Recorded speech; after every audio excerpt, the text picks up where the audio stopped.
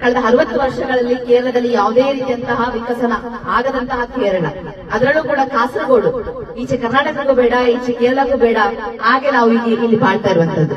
11 ವರ್ಷದಲ್ಲಿ ಭಾರತವನ್ನ ಹೊಸ ಭಾರತವಾಗಿ ಬದಲಾಯಿಸಿದಂತಹ ನರೇಂದ್ರ ಮೋದಿ ಸರ್ಕಾರ ಇರುವಾಗ ಕಳೆದ 60 ವರ್ಷಗಳಿಂದ LDF ಮತ್ತು UDF ಇಲ್ಲಿ ಯಾಕೆ ಯಾವುದೇ ರೀತಿಯ ಬದಲಾವಣೆ ತರಲಿಕ್ಕೆ ಸಾಧ್ಯ ಇಲ್ಲ? ಕೆಲವೊಂದು ಈ ಕಾಸರಗೋಡು ಜಿಲ್ಲೆ ಅಂತ ಹೇಳಿದ್ರೆ ಒಂದು ಮೆಡಿಕಲ್ ಸಿಸ್ಟಮ್ ಇಲ್ಲ, ಎಜುಕೇಶನ್ ಸಿಸ್ಟಮ್ ಇಲ್ಲ, ಒಂದು ಜಾಬ್ ಆಪರ್ಚುನಿಟಿಗಳಿಲ್ಲ.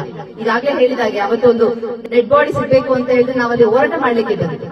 ಇಡೀ ಕೇರಳದಲ್ಲಿ ಕಾಸರಗೋಡ್ನ ಜನರಲ್ ಹಾಸ್ಪಿಟಲ್ 24x7 ಇಲ್ಲಿ ಪೋಸ್ಟ್ ಮಾರ್ಟಮ್ ಮಾಡ್ಲಿಕ್ಕೆ ಆಗ್ತದೆ ಅಂತ ಹೇಳುವಂತಹ ಒಂದು ಬರೀ ನ್ಯೂಸ್ ಅಂದ್ರೆ ಪೇಪರ್ ಅಲ್ಲಿ ಮಾತ್ರ ಇರುವಂತದ್ದು, ಯಾವ್ದು ಕೂಡ ನಮಗೆ ಅಲ್ಲಿ ಹೋದಾಗ ಆಗದಂತಹ ಕೆಲಸಗಳು.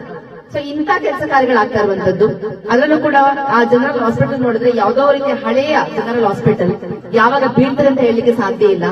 ಇಷ್ಟು ಹದಗೆಟ್ಟಂತಹ ಪರಿಸ್ಥಿತಿ ಇರುವಾಗಲೂ ಕೂಡ ಕೇರಳ ಸರ್ಕಾರ ಯಾವ್ದಕ್ಕೆ ಡೆವಲಪ್ಮೆಂಟ್ ಮಾಡಬೇಕು ಅದಕ್ಕೆ ಡೆವಲಪ್ಮೆಂಟ್ ಮಾಡದೆ, ಯಾವ್ದಕ್ಕೆ ಹಣ ಖರ್ಚು ಮಾಡಬೇಕು ಅಂತ ಹೇಳಿದ್ರೆ ಹಣ ಖರ್ಚು ಮಾಡದೆ ದುಂದು ವೆಚ್ಚ ಮಾಡ್ತಾ ಇರುವಂತದ್ದು.